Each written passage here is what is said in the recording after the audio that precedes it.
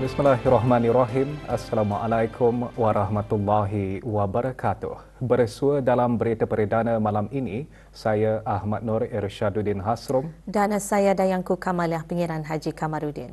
Berita-berita utama malam ini. Penganjuran persidangan ICAPP mempertingkatkan kemahiran guru dalam mengintegrasikan psikologi dan pedagogi untuk melahirkan generasi berwawasan.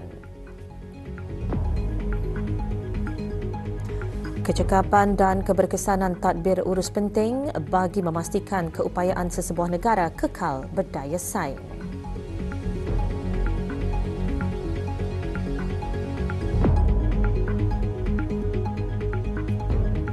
Majlis Penetapan dan Lantikan Pangkat Timbalan Pesuruhjaya Polis Pasukan Polis Diraja Brunei PPDB diadakan pagi tadi di Dewan Banquet Mess Kompleks Ibu Pejabat PPDB Gadong.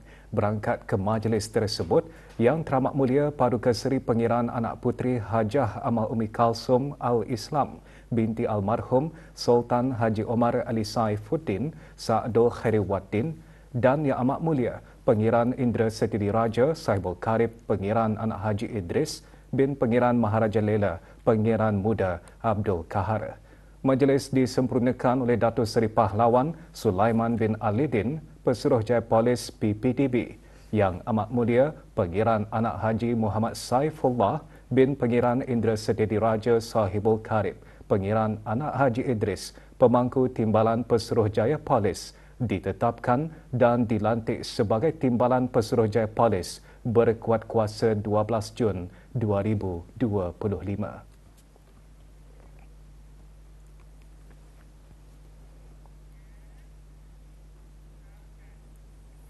Penganjuran Persidangan Antarabangsa Psikologi, Gunaan dan Pedagogi ICAPP 2025 dapat mempertingkatkan kemahiran guru-guru dan bakal guru bagi ilmu psikologi serta pedagogi.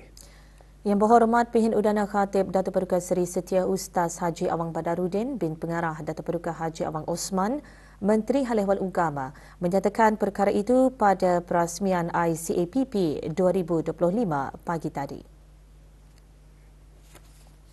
Apa yang diharapkan dari persidangan ini tentunya ialah supaya guru-guru di negara Brunei Darussalam berupaya mengaplikasikan amalan psikologi dan pedagogi dan seterusnya, mampu mengintegrasikan kedua-dua ilmu tersebut dalam kerjaya mereka sebagai pendidik dengan baik dan berkesan, iaitu terutama sekali dalam misi kerjaya mereka, profesional mereka sebagai guru untuk melahirkan generasi berwawasan.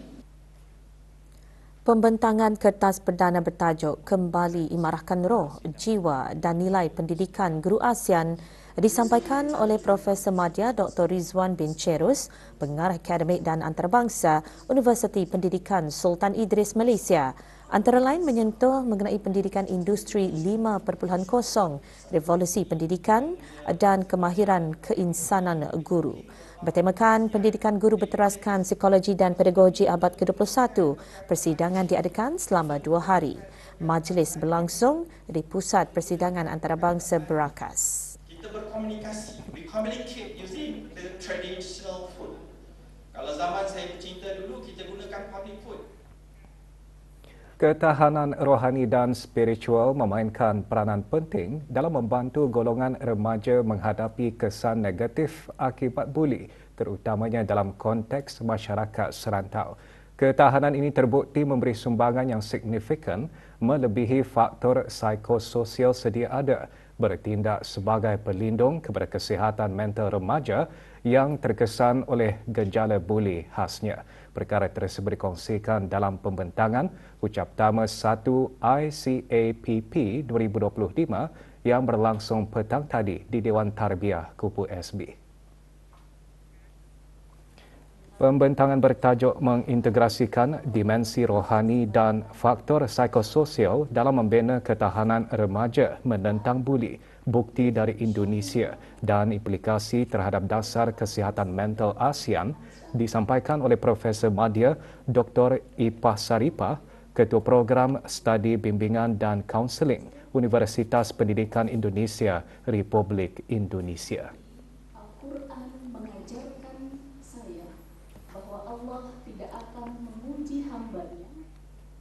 Rombongan keempat dan terakhir jemaah haji negara selamat tiba di tanah air. Ikuti bahan beritanya selepas ini.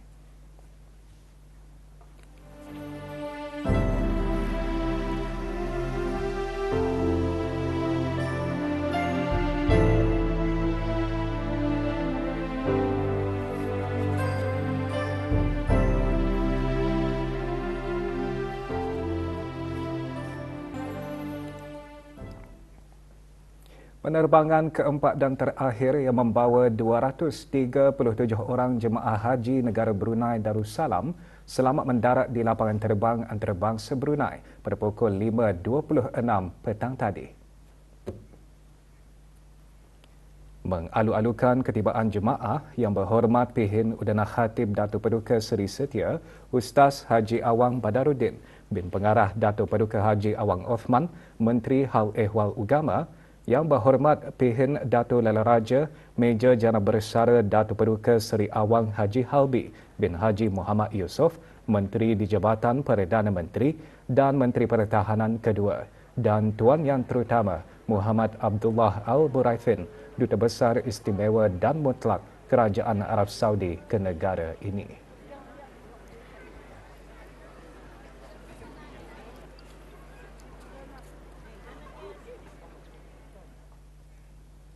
Penerbangan keempat jemaah haji negara berlepas ke tanah air dari lapangan terbang antarabangsa Raja Abdul Aziz, Jeddah.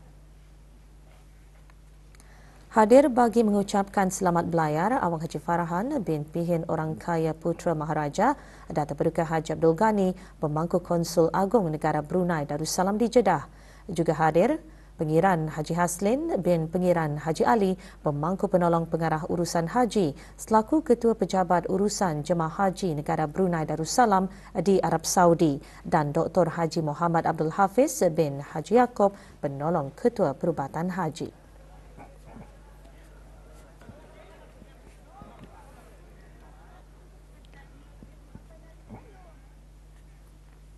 Jemaah Haji Negara melahirkan rasa syukur atas peluang menunaikan ibadah haji. Pengalaman berada di Tanah Suci menjadi kenangan yang amat bermakna dan akan terus terpahat dalam ingatan. Rasa sangat bersyukurlah finally dapat jua complete menunaikan haji dengan suami. Kenangan yang terindah semasa kami melontar di Mina, yang mana kami berjam-jam untuk melalui jalan yang ditutup, and lastnya kami berjaya sampai ke Mina. Perlulah muhasabah diri sendiri dan perlu banyak bersabar, serta yang paling penting tani sentiasa bersangka baik kepada Allah Subhanahu Wa Taala, supaya hati tani itu selalu terima ujian itu sebagai nikmat, dan nikmat itu tani syukuri. Hendaklah datang dengan minda dan hati yang terbuka. Lalui saja pengalaman itu. Sekali kita ni datang pun jangan jua datang kosong-kosong lah. Tani usahakan dari Brunei sudah tani bersedia dari segi minda, mental, rohani. Kementerian Kesihatan dia mengambil peduli mengenai dengan semua jemaah haji semasa kami berada di Makkah. Musim Haji 1446 Hijrah sudah melabuhkan tirainya. Segala pengorbanan yang dilalui jemaah haji negara Brunei Darussalam dalam menunaikan rukun Islam kelima akan memberi impak besar dalam kehidupan, terutama dalam mengamalkan sifat sabar dan sentiasa bersyukur. Laporannya bersama Haji Muhammad Nakiuddin bin Haji Ismail.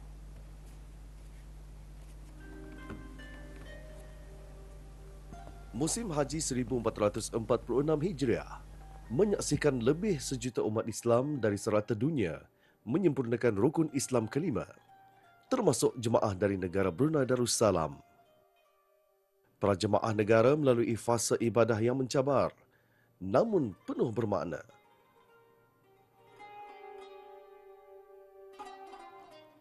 Detik di Arafah menjadi lambang ketundukan dan penyerahan sepenuhnya kepada Ilahi.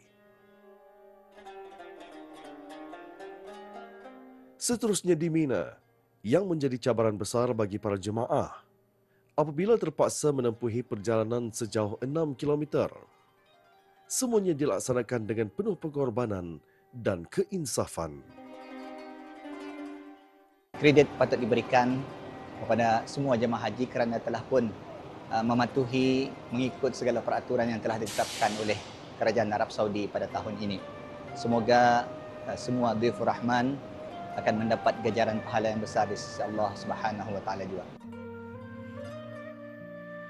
Meskipun menempuhi pelbagai cabaran, para jemaah tetap membuktikan bahawa semangat, keikhlasan dan tawakal menjadi kunci dalam melaksanakan ibadat haji. Ini memberikan kesan yang mendalam bagi setiap Dhaifur Rahman. Semoga segala pengorbanan dan amalan para jemaah akan diterima oleh Allah Subhanahu Wa Taala. Laporan dari Tanah Suci berakhir di sini. Saya Haji Muhammad Nakiuddin bin Haji Ismail melaporkan untuk Berita RTB. Lembaga-lembaga moden perlu berfungsi sebagai rakan kongsi strategik kepada pengurusan, membimbing, mencabar dan merintis bersama organisasi ke arah kejayaan jangka panjang.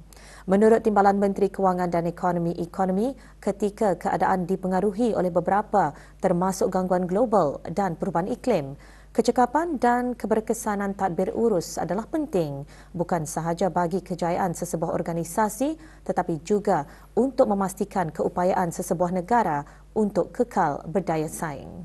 Berucap pada forum tadbir urus korporat pagi tadi, Datuk Seri Paduka Haji Khairuddin bin Haji Abdul Hamid selaku pengerusi Lembaga Pengarah Brunei Darussalam Central Bank BDCB menekankan dengan melabur dalam perkembangan profesional pengarah termasuk pengarah bebas dan bukan eksekutif yang dapat menghasilkan lembaga pengarah yang lebih mantap dan berkebolehan yang boleh bertindak balas terhadap cabaran tadbir urus yang kompleks ketiga ini, termasuk memperluaskan akses kepada pensijilan, latihan, pembelajaran rakan sebaya dan peluang rangkaian.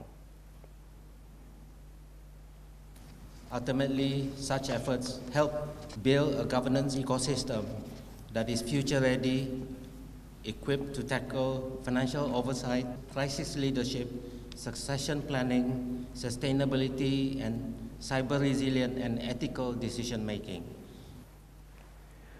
Beberapa pembentangan dan sesi panel diadakan sepanjang forum yang membincangkan topik-topik utama seperti peralihan tadbir urus daripada pematuhan peraturan kepada kepimpinan strategik, pengurusan risiko secara strategik serta peranan lembaga pengarah dalam memacu inovasi dan kedayatahanan organisasi.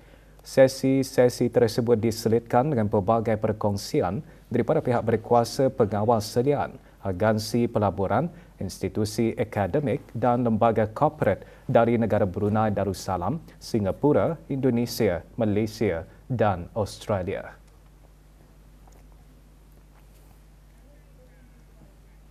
Kolej Universiti Perguruan Ugama Seri Begawan Kupu SB diberi mandat menjadi tuan rumah persatuan bagi rangkaian pendidikan Guru Asia Tenggara Aston kali ke-19. Mesyuarat berlangsung petang tadi di QLab.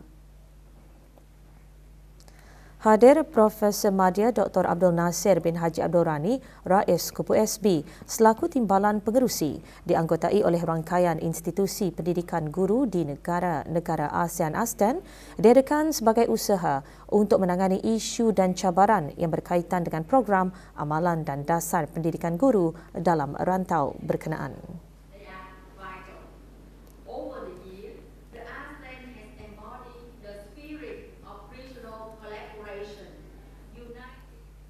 Acara Minggu Lautan Brunei bersempena pameran dan persidangan pertengahan tahun Brunei MYCE diteruskan lagi dengan persidangan kelestarian lautan.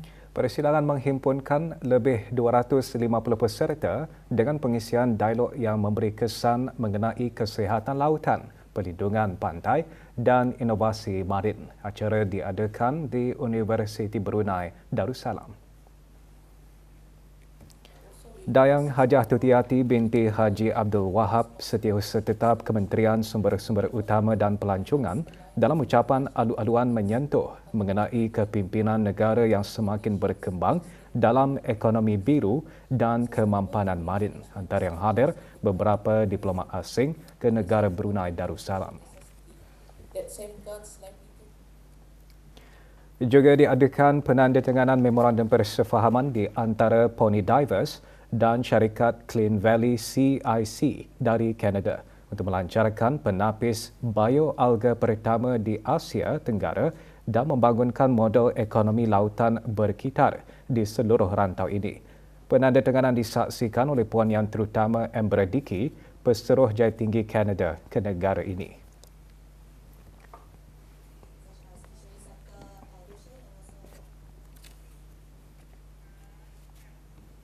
Kawasan sekitar Jalan Encik Awang di daerah Tutong dijangka bertukar wajah dengan program kebersihan bersepadu Pekan Tutong, termasuk projek pembisaian mengecat bangunan lama di kawasan berkenaan.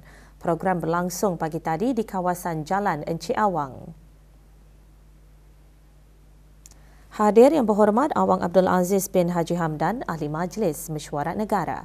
Perasmian mengecat bangunan lama Jalan Encik Awang disempurnakan oleh Awangku Arif Anwar bin Pengiran Haji Ahmad, Pemangku Pegawai Daerah Tutong. Program merupakan inisiatif Jabatan Bandaran Tutong melibatkan agensi-agensi kerajaan, Majlis Perundingan Mukim dan Kampung Pekan Tutong, sukarelawan daerah Tutong dan pemilik bangunan.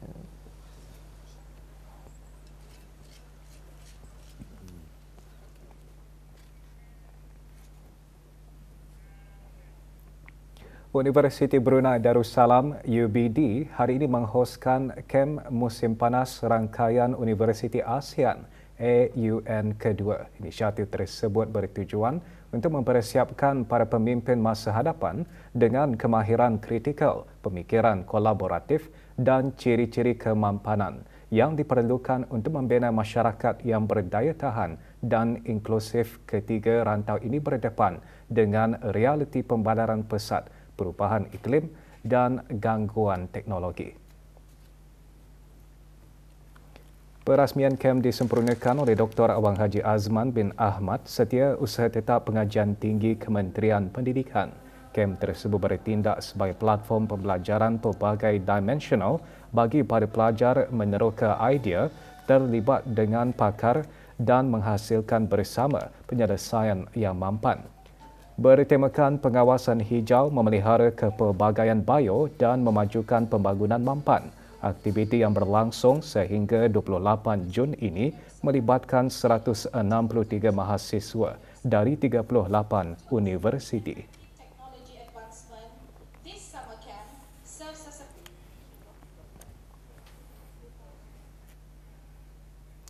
Program masyarakat bermaklumat bertujuan memberikan pendedahan dan pemahaman lebih mendalam dengan matlamat untuk membentuk masyarakat celik maklumat, menyokong dasar negara dan memahami tanggungjawab bersama dalam membangun negara ke arah wawasan Brunei 2035. Jabatan Penerangan menerusi cawangan penerangan daerah Temburong. Bahagian cawangan daerah pagi tadi mengadakan program masyarakat bermaklumat bagi mukim labu daerah Temburong. Melibatkan 62 peserta, program diadakan selama 2 hari di Jabatan Penerangan. Antara yang hadir Yang Berhormat Haji Abang Sulaiman bin Haji Nasir, Ahli Majlis Mesyuarat Negara. Selaras dengan tujuan program untuk menyuntik semangat dan menginspirasi anggota masyarakat dalam usaha meningkatkan taraf hidup dan pendedahan aktiviti peningkatan kapasiti dan program.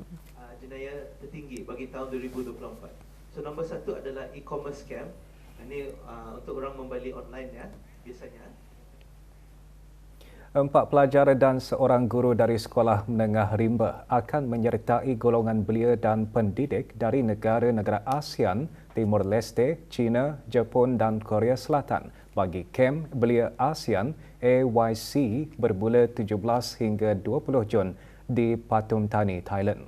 Diselaraskan oleh Kementerian Pendidikan melalui Pusat Kerjasama Sains, Teknologi dan Alam Sekitar STEP dan Jabatan Sekolah-Sekolah. Rombongan berlepas meninggalkan negara pagi tadi.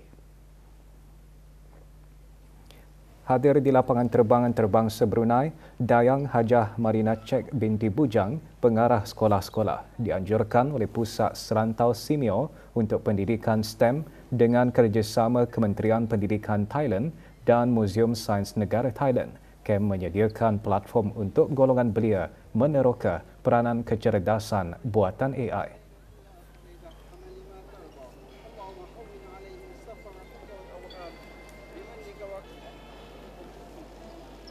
I'm expecting the experience of the life of other people from other countries, maybe brainstorming a bit about the topic that we will be discussing on the competition, which is green sustainability. I am hoping to learn new things and make new friends during the project over there. And I'm hoping to learn more about AI and how to conserve energy and more green sustainability, the topic. Program Perkampungan Kepanduan 2025 yang berlangsung sejak 14 Jun lalu berakhir petang tadi dengan majlis penutupan di Perkampungan Sukan, Kompleks Sukan Negara Hasanah Bokia. Program dianjurkan oleh bahagian beruniform dan perkhidmatan Jabatan Pendidikan Co-Kurikulum Kementerian Pendidikan dengan Persatuan Pandu Puteri Brunei Darussalam. Penyampaian hadiah lencana dan sijil penyertaan disempurnakan oleh Dayang Mariana binti Haji Jamil, pemangku pengarah pengajian Islam, disertai oleh 80 ahli Pandu Puteri dan Pandu Puteri Ranger dari Pusat Tingkatan 6 serta sekolah menengah di bawah Kementerian Pendidikan dan Kementerian Hal Ehwal Agama. Program bertemakan Exa Girls Leading Brunei 2035. Program antara lain bertujuan meningkatkan pengetahuan dan kemahiran peserta seperti kemahiran kepanduan, kepimpinan, kemahiran berfikir, komunikasi dan kolaborasi.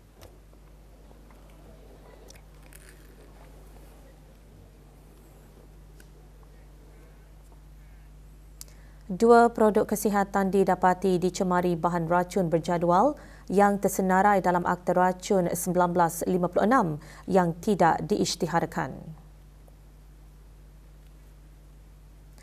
Produk kesihatan tersebut adalah Sea Dragon Siho Ziyang Wan dan Siang Li Sin Gang Bimin Kan Wan.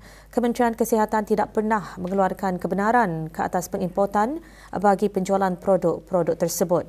Berikutan hasil ujian makmal bahagian farmasi, Jabatan Perkhidmatan Saintifik, Kementerian Kesihatan, produk-produk berkenaan dilarang untuk diimport dan dijual di negara Brunei Darussalam.